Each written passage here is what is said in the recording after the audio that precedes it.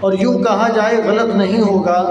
جو ایک لفظ جس نے زبان سے نکال دیا اس کے حق کے اندر، حفظ کا شعبہ، قرآن پاک کی تعلیم کا شعبہ اور دین کے علم کا شعبہ، اس شعبے کے اندر دین کی تبلیغ کا شعبہ، جس نے ایک لفظ بھی اس کے حق میں نکال دیا یہ اس کے لیے صدقہ جاریہ بن جائے گا،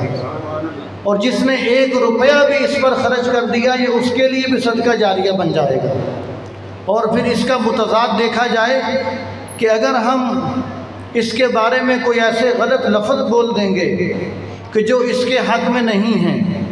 تو خطرہ ہے کہ کہیں اللہ تبارک و تعالی ہمیں اس علم سے، دین کے علم سے، قرآن پاک کی تعلیم سے ہمیں اور ہماری نسلوں کو کہیں محروم نہ کر دیں۔ اس لیے کہ قرآن پاک کی تعلیم اور اس کو عام کرنا، قرآن پاک کو حفظ کرنا، دل میں سمانا، اگر ایک لفظ اس کے حق میں بولنا صدقہ جاریہ بنتا ہے تو ایک لفظ اس کے خلاف زبان سے نکالنا یہ ہلاکت کا ذریعہ بن سکتا ہے۔ کئی علماء سے، بزرگوں سے یہ بات سنی ہے کہ جو لوگ علماء سے نفرت کرتے ہیں، جو لوگ حفاظ سے نفرت کرتے ہیں، دین والوں سے نفرت کرتے ہیں، ان کی قبر کھود کر دیکھ لیا جائے، ان کے مرنے کے بعد ان کا چہرہ قبلے سے ہٹا ہوا ہوگا، ان کا چہرہ قبلے سے ہٹا ہوا ہوگا، ان کی قبر کو کھول کر دیکھ لیا جائے، اس لیے کہ یہ قرآن کس کی کتاب ہے؟ یہ اللہ کا کلام ہے،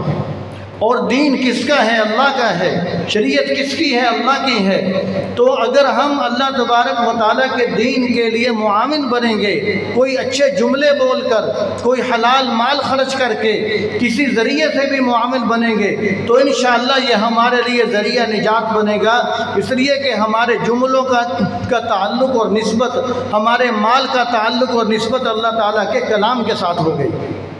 اور یہ کلام پاک جب قبر کے اندر ہمارا سفارشی بنے گا، قیامت کے دن ہمارا سفارشی بنے گا، تو یہ ایسا سفارشی ہے، اس کی سفارش رد نہیں کی جائے گی، اللہ تبارک و تعالی اس کی سفارش کو ضرور قبول کریں گے۔ یہاں تک حدیث شریف کے اندر آیا ہے کہ قرآن پاک یہ سفارش کرے گا کہ یا اللہ، یا تو اس شخص کو بخش دے یا مجھے قرآن سے نکال دے۔ قرآن کا کچھ حصہ، کچھ صورتیں یہ آ کر کہیں گی اللہ تعالیٰ کو کہ یا تو اس شخص کو بخش دے یا ہمیں قرآن سے نکال دے، تو اللہ تعالیٰ صورتوں کو، آیات کو قرآن سے نہیں نکالیں گے، بندے کو بخشیں گے۔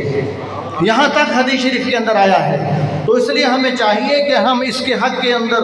اور ہم زیادہ سے زیادہ ہم کوشش کریں کہ ہماری وجہ سے کوئی قرآن پاک کے ساتھ جڑ جائے، کوئی دین کے ساتھ جڑ جائے، کوئی علم دین کے ساتھ جڑ جائے، تو امید ہے کہ ہمارے لیے صدقہ جاریہ بن جائے گا۔ ہم قبول ہوں یا نہ ہوں، جب یہ ایک اچھا سلسلہ شروع ہو جائے گا تو کوئی ایک فرد بھی اللہ تعالیٰ کے ہاں قبول ہو گیا تو امید ہے اس کی رحمت سے کہ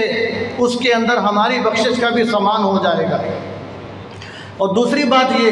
کہ قرآن پاک کے اندر اللہ تعالیٰ نے فرمایا کہ لا تقتلوا اولادکم خشیۃ املاق، کہ تم نان و نفقے کے ڈر کے خطرے سے اپنی اولاد کو قتل نہ کرو۔ تو اس کا تعلق جسمانی قتل کے ساتھ بھی ہے، اس کا تعلق روحانی قتل کے ساتھ بھی ہے۔ جسمانی قتل سے کیا مراد؟ کہ اس خطرے سے، اس ڈر کی وجہ سے اپنی اولاد کو قتل نہ کرو کہ یہ کہاں سے کھائے گی، میں اس کو کہاں سے کھلاؤں گا، اس وجہ سے جسمانی قتل نہ کرو۔ اور روحانی قتل نہ کرو، کہیں یہ نہ ہو کہ تم قرآن پاک سے، دین کی تعلیم سے اپنے بچوں کو دور کر دو کہ یہ اگر حافظ بن جائیں گے، مولوی بن جائیں گے، عالم بن جائیں گے تو کھائیں گے کہاں سے، اس وجہ سے بھی تم اپنے بچوں کا روحانی قتل بھی نہ کرو۔ اپنے بچوں کو دین کی تعلیم دلاؤ تاکہ جسمانی قتل کرنا بھی منع ہے، روحانی قتل کرنا بھی منع ہے، اور یہ والدین کی ذمہ داری ہے۔ یہاں پر کئی والدین موجود ہیں، تو اگر والدین نے اپنے کئی بچوں کو دنیا کی تعلیم پڑھا دی، دنیا کی اعلیٰ اعلیٰ ڈگریاں دلوا دیں، اور ایک بچے کو عالم دین بنا دیا، تو جس کو دنیا کی ڈگریاں دلوائیں اس کی ڈگریاں اس وقت تک ہمیں فائدہ دیں گی جس وقت تک وہ زندہ ہے یا ہم زندہ ہیں، اور جب قرآن پاک کی تعلیم اگر کسی بچے کو دلوا دی تو اس کا فائدہ ہم دنیا سے چلے جائیں گے، اور اس کا فائدہ ہمیں دنیا کے اندر تو ہے ہی ہے، قبر آخرت کے اندر بھی ہمیں اس کا فائدہ ہوگا۔ تو اس لیے ہمیں چاہیے کہ ہم اس ایک اچھے سلسلے کے لیے ہم معاون بنیں، اچھے جملے بولیں اور ہم اپنا حلال مال اس پر ہم خرچ کرنے والے بنیں۔ اور پھر آخری بات یہ، اس لیے کہ اس طرح کی باتیں چلتی رہیں یہ تو باقاعدہ بیان بن جائے گا، بیان مولانا عبید الرحمن شاہ صاحب کا ہوگا۔ آخری بات یہ کہ بھائی سیف الرحمن شاہ صاحب نے میری یہاں پر ڈیوٹی لگائی کہ تو نے یہ حفظ کے شعبے کو مینیج کرنا ہے، اس کو سنبھالنا ہے، اس کی نگرانی کرنا ہے، اس کے خرچے وغیرہ کا انتظام کرنا ہے۔ تو اب بات یہ ہے کہ ہم نے یہ سوچا کہ حفظ کی کلاس کے ساتھ ساتھ سکول کی تعلیم بہت ضروری ہے۔ جو ہمارا مدرسہ 99 سکسار کے اندر ہے، اب ہم نے وہاں پر بھی الحمدللہ کافی عرصے سے سکول کی تعلیم ساتھ شروع کر رکھی ہے، اور وہاں پر بھی ہم نے سکول کے 2 استاد رکھے ہوئے ہیں۔ وہ بچے حفظ بھی کرتے ہیں اور حفظ کے ساتھ ساتھ سکول بھی پڑھتے ہیں۔ اور جو پرائمری پاس بچے ہمارے پاس آتے ہیں تو ان کا جب حفظ مکمل ہوتا ہے تو ان کا 8ویں کلاس کا امتحان بھی ہم گورنمنٹ ہائی سکول کی طرف سے دلواتے ہیں۔ تو اس کا فائدہ یہ ہوتا ہے کہ بچہ اگر پرائمری کے بعد، یہ بات توجہ سے سننے کی ہے، بچہ اگر پرائمری کے بعد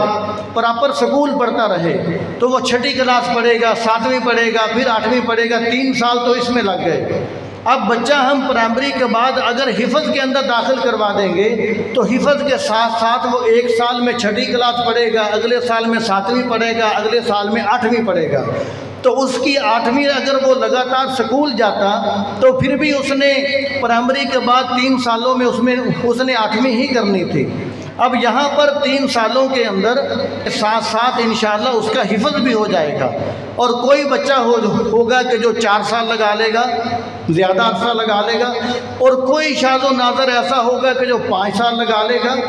اگر بچہ کوئی 5 سال بھی لگا لیتا ہے کوئی حفظ پر، یہ میں ویسے ایک مثال کے طور پر بات کرتا ہوں، اگر کسی کا بچہ حفظ پر 5 سال بھی لگا لیتا ہے تو والدین، جو سمجھدار والدین ہیں، وہ یہ نہیں کہیں گے کہ میرے بچے کا وقت ضائع ہو گیا، اس لیے کہ اس نے کیا کیا ہے، اس نے 5 سال قرآن پاک کی تلاوت کی ہے۔ جس نے 5 سال قرآن پاک کی تلاوت کی کیا وہ وقت ضائع ہو گیا؟ وہ وقت تو قیمتی بن گیا ہے۔ اگر وہ 3 سال میں حفظ کر کے فارغ ہو جاتا تو 2 سال کے اندر اس نے اتنی تلاوت نہیں کرنی تھی جتنی اس نے 5 سال کے اندر کر لی۔ اصل توجہ تو یہی ہے کہ 3 سال کے اندر بچہ حفظ کر لے، لیکن اگر کوئی 4 سال بھی لگا لے، بالفرض 5 سال بھی لگا لے، تو کیا جب اس نے 5 سال قرآن پڑھا ہے تو ہم قرآن پڑھنے والے کو یہ نہیں کہیں گے کہ اس کا وقت ضائع ہو گیا۔ ہم گاؤں کے رہنے والے ہیں، دیہات کے لوگ ہیں،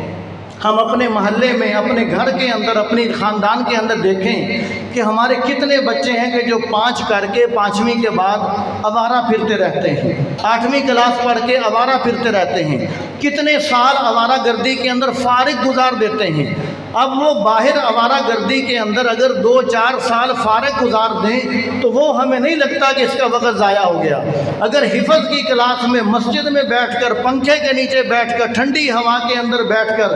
اگر بچے نے 2-3 سال قرآن پاک زیادہ پڑھ لیا تو وہ ہمیں لگتا ہے کہ اس کا وقت ضائع ہو گیا۔ تو اس لیے ہمیں چاہیے کہ ہم اپنے بچوں کو قرآن پاک کی تعلیم کے لیے پیش کریں کہ ہمارے بچے 5ویں کلاس کے بعد جب تک 8ویں کلاس پڑھیں گے تو ساتھ ساتھ سکول بھی پڑھیں گے، ساتھ ساتھ انشاءاللہ وہ حافظ قرآن بھی بنیں گے۔ اور اگر کسی کو دیکھیں کہ کوئی آدمی سارا دن صبح سے لے کر شام تک قرآن پڑھتا رہتا ہے، ہم نے دوسرے دن دیکھا کہ یار صبح سے لے کر شام تک قرآن پڑھ رہا ہے، ہفتے بعد دیکھا یار صبح سے لے کر شام تک قرآن پڑھ رہا ہے، ہم دوستوں سے کہیں گے کہ یار یہ اللہ تعالیٰ کا بڑا ولی ہے، اس کو جب ہم دیکھتے ہیں یہ قرآن پڑھ رہا ہوتا ہے۔ میں ہفتے بعد گیا، مہینے بعد گیا، سال بعد گیا تو میں نے دیکھا کہ یہ قرآن ہی پڑھ رہا تھا۔ تو اگر کوئی عام آدمی قرآن پڑھے صبح سے لے کر شام تک، اس کو تو ہم اللہ تعالیٰ کے ولی ہونے کا سرٹیفکیٹ دے دیں، اور اگر بچے مسجد کے اندر صبح سے لے کر شام تک قرآن پڑھیں تو کیا وہ اللہ تعالیٰ کے ولی نہیں ہیں؟